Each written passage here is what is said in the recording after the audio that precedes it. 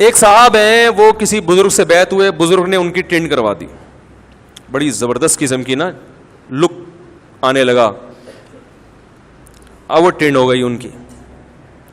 اب جب ٹینڈ ہوئی تو ان بزرگ نے کہا کہ بھائی دیکھو تم مجھ سے بیعت ہو گئے ہو اور حضرت علی کی سنت ہے ٹینڈ کروانا وغیرہ وغیرہ, نہیں تو کم از کم شیخ کا حکم تو مانو نا. تو انہوں نے مانا, انہوں نے کہا چلو سنت ہے نہیں ہے ایک الگ بحث ہے, لیکن میرے پیر و مرشد نے مجھے کہا ہے اور اللہ والے ہیں, ان کی صحبت سے مجھے فائدہ ہوا, کچھ چیزیں بلا دلیل بھی مان لینی چاہیے, چلو ان کی اطاعت میں ٹینڈ کرا لیتا ہوں. اگر حسن باقی رہا تو ٹینڈ سے بھی رہے گا, نہیں باقی رہا تو بغیر ٹینڈ کے بھی. شاعر نے کہا ہے نا, حسن تیرا اس طرح سالم رہا, سر منڈانے پر بھی تو ظالم رہا, یعنی تیرا حسن میں کوئی فرق نہیں پڑا. تو انہوں نے اپنے اوپر یہ شعر چشمہ کر کے ٹینڈ منڈ کرا لی. اب وہ تھے بڑے مالدار لوگ, بہت کھاتی پیتی فیملی تھی, اس فیملی کا مجھ سے بھی تعلق تھا, بیانات سنتے تھے وہ. اب ظاہر ہے جس حساب سے انسان کے پاس پیسہ آتا ہے تو اس کے چال چلن اسی حساب سے ہوتی ہے, یہ نیچر ہے انسان کی. غریب آدمی پھٹے پرانے کپڑے پہن لیتا ہے لیکن دولت مند نہیں پہنتا, یہ فطرت ہے, یہ کوئی بری چیز نہیں ہے. صحابہ میں بھی جو مالدار تھے ان کے لباس سے پتہ چلتا تھا یہ مالدار ہیں. خود نبی صلی اللہ علیہ وسلم کی ترغیب ہے, ایک صحابی آئے, پراگندہ بال تھے, میلے کچیلے کپڑے تھے, آپ نے فرمایا کہ اللہ نے تمہیں مال نہیں دیا جس سے اپنا حلیہ درست کرو. انہوں نے فرمایا مال دیا ہے, تو آپ نے فرمایا ان اللہ یحب ان یری اثر نعمته علی عبده, اللہ چاہتے ہیں کہ جب اللہ نے پیسہ دیا ہو, دولت دی ہو, نعمت دی ہو تو وہ نظر بھی آنی چاہیے, تو اپنا حلیہ ٹھیک کرو. وہ ہے نا دکان پکوڑوں کی باتیں کروڑوں کی, تو جیسے یہ غلط ہے تو ایسے ہی اس کا اپوزٹ بھی غلط ہے کہ دکان کروڑوں کی اور باتیں پکوڑوں کی. صحیح ہے, اللہ نے پیسہ بہت دیا اور باتیں ایسی کرتا ہے جیسے پکوڑوں کا بزنس ہو. سمجھ رہے ہیں کہ نہیں سمجھ رہے؟ تو یہ ہمیشہ سے ایک رہا ہے, جب دولت دی ہے تو اس کے آثار لباس سے, پوشاک سے, رہائش سے جھلکنے چاہیے, اور ہوتا ہے یہ, اس کو آپ روک نہیں سکتے, یہ نیچر ہے انسان کی. اب وہ بڑے پیسے والے لوگ, اب ظاہر ہے جب خدا جب حسن دیتا ہے نزاکت آ ہی جاتی ہے. اب کیسے شاعری شروع ہو گئی ہے, آپ اگلا مصرع نہیں سنا رہا, اگلا مصرع نہیں سنا رہا. تو مجھے آتا ہے, ایسا نہیں کہ مجھے اگلا مصرع آتا نہیں ہے, لیکن میں جان کر نہیں سنا رہا, کیونکہ وہ اگلا مصرع سناؤں گا اور اسی شعر کا کلپ بنے گا اور اس پہ عجیب سا عنوان لکھا ہوا ہوگا. تو آدھے آدھے شعر سناؤ تاکہ کلپ بننے کی نوبت آئے ہی نہیں. تو انہوں نے کیا کیا, جب اللہ نے ان کو اتنی دولت دی تو وہ ٹینڈ والا بچہ کسی مجلس میں جانے کے قابل نہیں. ظاہر ہے جب تو مالداروں کے بچے, پھر وہ مالدار چاہتے ہیں ہمارے بچے شہزادوں جیسے لگے نا, تو کوئی دنیا میں ایسا شہزادہ گنجا میں نے آج تک میں نے نہیں دیکھا. کم از کم ٹینڈ کروانا جائز ہے, سنت نہیں ہے. نبی صلی اللہ علیہ وسلم صرف حج اور عمرے کے موقع پر بال منڈوایا کرتے تھے, ورنہ آپ نے بال رکھے ہیں. بال تو انسان کی نیچر, اللہ نے یہ دیے اس لیے رکھنے کے لیے. پھر بھی اگر کوئی ٹینڈ کروا کے رکھتا ہے گناہ نہیں ہے, اس کو سنت نہ سمجھے. وہ بولے بھائی مجھے گرمی لگتی ہے اور میں اس طرح زیادہ صاف ستھرا رہتا ہوں اور نہانے میں آسانی ہے, مگا پھینکا پانی کا اور جو پھسل کے چلا گیا. بالوں میں ذرا دھونا پڑتا ہے ان کو. تو اب وہ ان کے گھر والے پریشان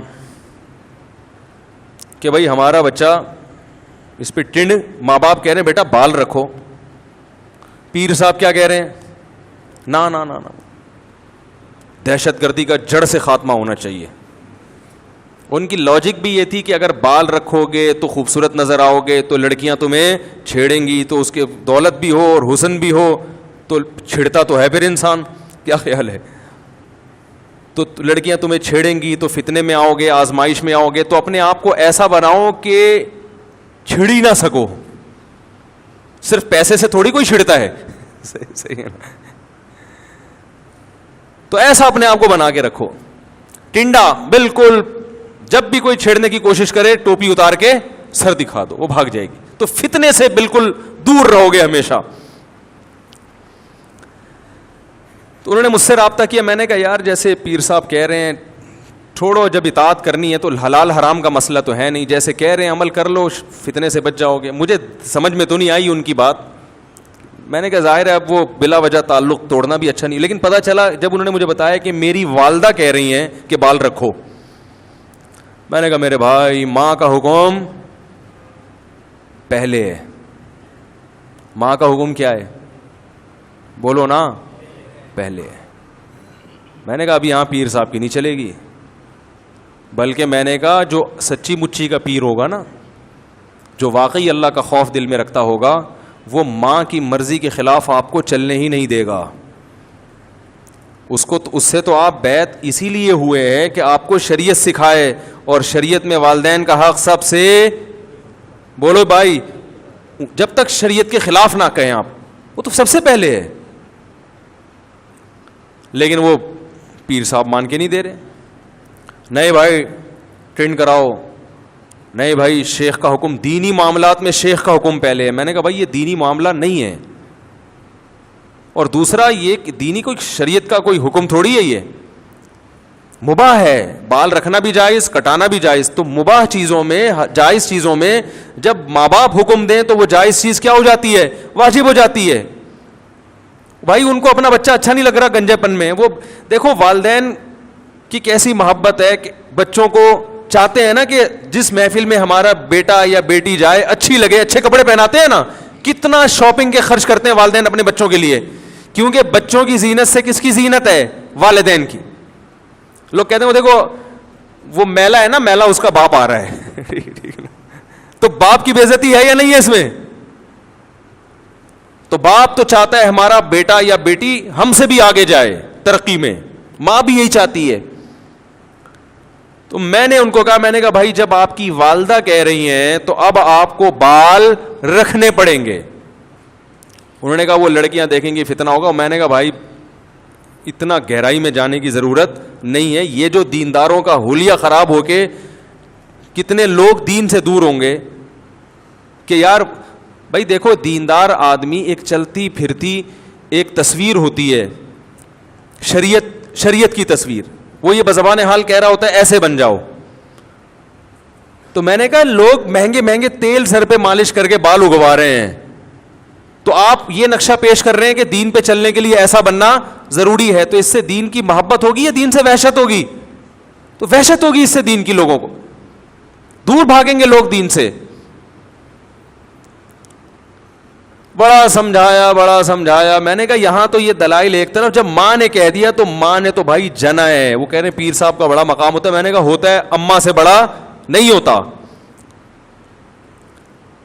بلکہ میں نے کہا بھائی ماں تو دور کی بات, اگر بڑا بھائی بھی کہہ رہا ہے نا تو بھی پیر کے حکم پر بڑے بھائی کے حکم کو ترجیح دو. بڑے بھائی کی ویلیو بھی اسلام میں زیادہ ہے, باپ کی جگہ ہے وہ. قرآن میں جگہ جگہ وَأُولُو الْأَرْحَامِ بَعْضُهُمْ أَوْلَىٰ بِبَعْضٍ فِي کتاب اللہ. اللہ کی کتاب میں رشتہ داروں کا حق سب سے پہلے ہے. تو جس نے آپ کو دین سکھایا بہت بڑا حق ہے اس کا, اس میں کوئی شبہ نہیں ہے. جتنی خدمت کر سکتے ہو کرو, لیکن باپ کے بعد ہے. پھر میں نے ان کو مثال سے سمجھایا. میں نے کہا مجھے ایک بات بتاؤ, اللہ نہ کرے آپ کا ایکسیڈنٹ ہو جائے, کوئی ٹانگ ٹوٹ جائے, روڈ پہ پڑے ہوئے ہو, لوگ آپ کے پیر صاحب کو فون کر کے بولیں گے کہ اٹھاؤ یا بھائی کو بولیں گے؟ اس نے کہا بھائی کو. میں نے کہا بھائی فوراً آئے گا اٹھانے کے لیے, اور پیر صاحب آپ کو خانقاہ سے نکال دیں گے, بولیں گے جب ٹانگ جڑ جائے آ جانا. لیکن آپ کا باپ آپ کو گھر سے بولو نا نہیں نکالے گا, نہ ماں نکالے گی, نہ باپ نکالے گا, نہ بھائی نکالے گا, بلکہ پریشان ہوں گے, علاج کا خرچہ وہ کریں گے. تو یہ جو رشتے اللہ نے بنا دیے نا, بلڈ ریلیشن, یہ ایلفی سے زیادہ مضبوط ہے میرے بھائی. باقی رشتے 2 منٹ میں ٹوٹتے ہیں. دلائل کے انبار لگا دیے, مگر ان کی سمجھ میں آ گیا, ان کے پیر صاحب کی سمجھ میں نہیں آ رہا. میں نے کہا ایسی کی تیسی, اماں پہلے جب اللہ کا حکم ہے تو میں نے کہا بال رکھ لو. بالآخر وہ ان کا تعلق ہی ختم ہو گیا پیر صاحب سے. پھر بال رکھنے پر یہ ہے شخصیت پرستی ٹھیک ہے, اتنا بھی نہیں ہونا چاہیے بھائی. تو یہ پیر صاحب ان کے دیندار, مگر شریعت میں عمق اور گہرائی نہیں ہے, علم میں کمال نہیں ہے, رسوخ نہیں ہے. اس لیے کہتے ہیں علمی باتیں علماء سے پوچھو. علم علماء کے پاس ہوتا ہے, جو چیز جس کے پاس ہوتی ہے وہ اس سے وہ لی جاتی ہے.